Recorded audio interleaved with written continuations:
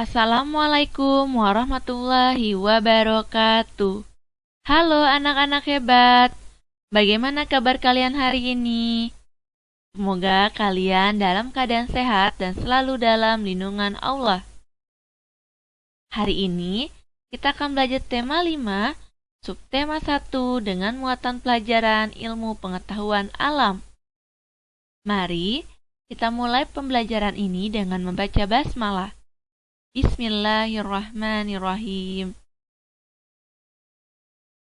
Hari ini kita akan mempelajari KD 3.6 menerapkan sifat-sifat cahaya dan keterkaitannya dengan indera penglihatan. Cahaya. Apakah itu cahaya?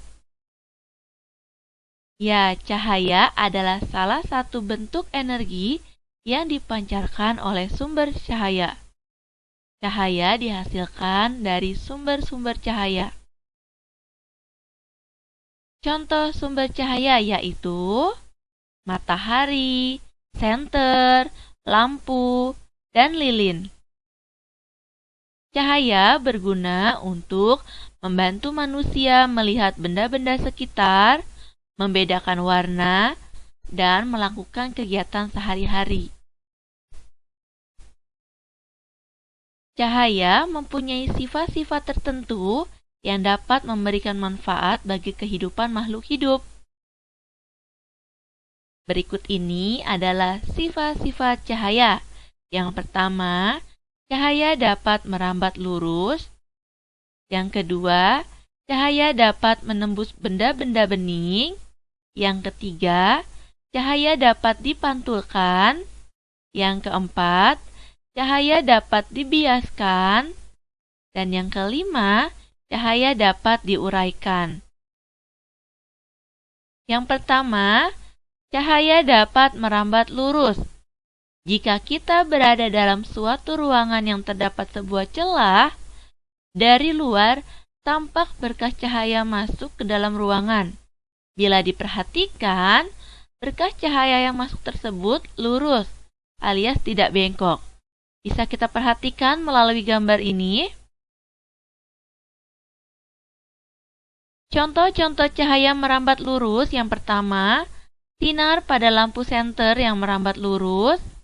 Yang kedua, lampu sorot di lapangan sepak bola. Yang ketiga, sinar matahari yang merambat lurus ke bumi. Dan cahaya matahari yang masuk melalui jendela.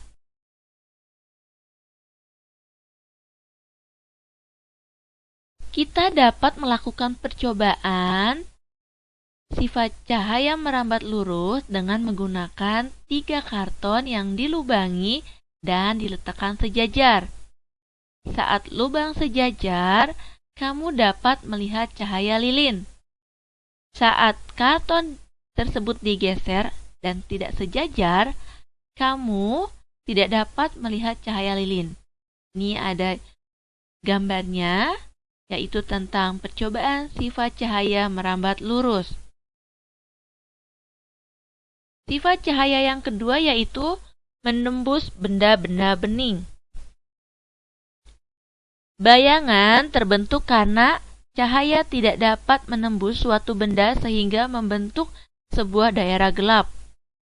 Benda yang tidak dapat ditembus cahaya disebut dengan benda gelap.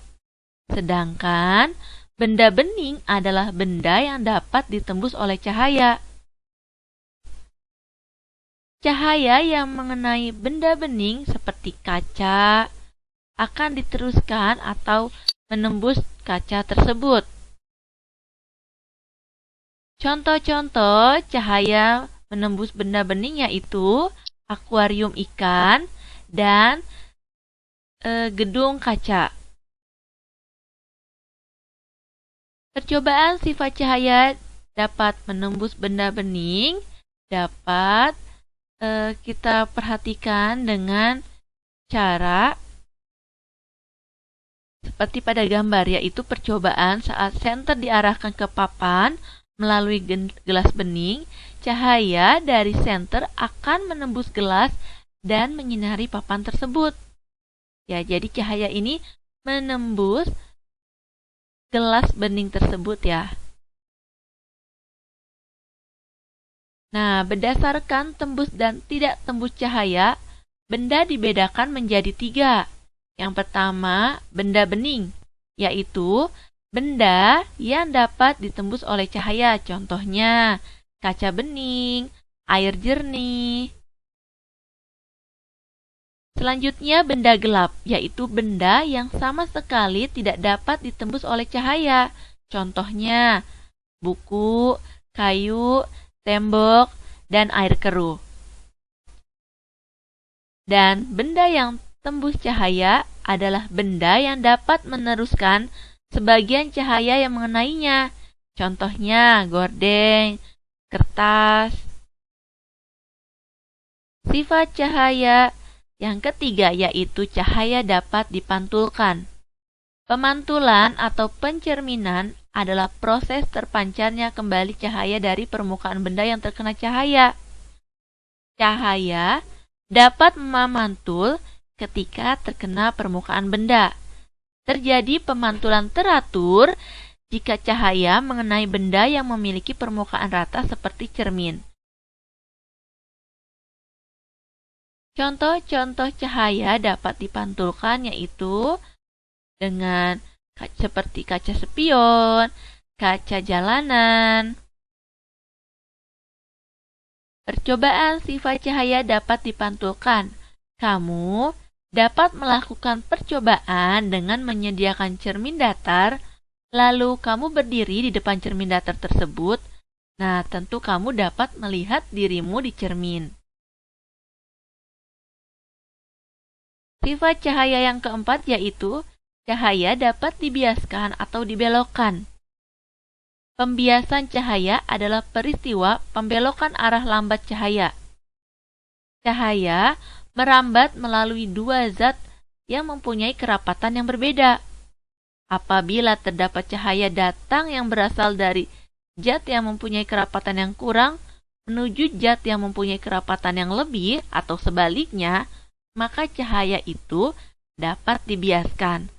Bisa kita perhatikan dari contoh gambar berikut, yaitu ketika pensil kita masukkan ke dalam gelas yang berisi air. Terdapat dua zat yang berbeda, yaitu zat udara dan zat cair. Oleh karena itu, ketika pensil dimasukkan ke gelas yang berisi air, terjadi pembiasan cahaya. Maka pensil tersebut terlihat patah. Contoh cahaya dapat dibiaskan atau dibelokkan yaitu ikan di kolam akan terlihat dekat dan besar karena adanya pembiasan cahaya. Contoh lainnya yaitu dasar kolam renang tampak lebih dangkal. Percobaan sifat cahaya dapat dibiaskan. Kamu dapat melakukan percobaan dengan menyediakan sebuah gelas kaca berisi air dan memasukkan pensil ke dalam gelas berisi air tersebut. Nah, pensil tersebut akan terlihat patah dan lebih besar saat dimasukkan ke dalam air. Sifat cahaya yang kelima yaitu cahaya dapat diuraikan. Penguraian cahaya adalah penguraian cahaya putih menjadi cahaya yang memiliki beragam warna. Benda-benda yang dapat menguraikan cahaya yaitu prisma kaca dan titik-titik air. Contoh penguraian cahaya yang dapat kita lihat di kehidupan sehari-hari adalah pelangi. Pelangi terjadi karena cahaya matahari mengenai titik-titik air yang ada di udara. Lalu, cahaya tersebut akan terpantul dan terurai menjadi berbagai warna. Nah, pelangi ini terdiri dari warna merah, jingga, kuning, hijau, biru, nila, dan ungu. Pelangi juga dapat terjadi di dekat air terjun. Cahaya matahari dipantulkan oleh titik-titik air percikan air terjun. Percobaan sifat cahaya dapat diuraikan. Kamu dapat melakukan percobaan dengan membuat gelembung sabun. Gelembung sabun yang dilihat di bawah cahaya matahari tampak warnanya bermacam-macam. Nah, itu merupakan bukti bahwa cahaya dapat diuraikan. Bisa kita perhatikan melalui gambar. Selain itu, pembuktian cahaya terdiri atas beberapa warna dapat dilakukan dengan melakukan percobaan cakram warna. Berikut adalah langkah-langkah membuat percobaan cakram warna. Seperti halnya pantulan cahaya pada cermin, ketika kita melakukan sebuah kebaikan, maka kita akan mendapatkan pantulan kebaikan juga dari Allah. Allah Subhanahu wa Ta'ala berfirman, "Tidak ada balasan untuk kebaikan selain kebaikan pula." Dalam Quran Surat Ar-Rahman ayat 60. Para ulama dan pahlawan pun selalu melakukan hal ini, yaitu senantiasa menebar kebaikan dimanapun mereka berada. Karena itu, para ulama dan pahlawan dapat diterima oleh masyarakat. Mulai sekarang, ayo kita berlomba-lomba dalam kebaikan. Sekian pembelajaran kita pada hari ini.